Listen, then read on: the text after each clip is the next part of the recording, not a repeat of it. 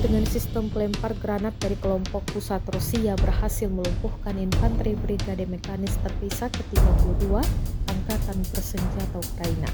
Rekaman detik-detik serangan diunggah di Telegram pada Sabtu 22 Februari 2025.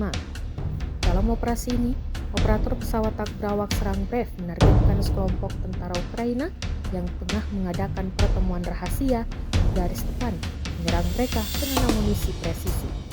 Setelah serangan tersebut, beberapa tentara yang selamat berusaha melarikan diri menggunakan ATV, meninggalkan rekan-rekan mereka yang terluka di lokasi kejadian.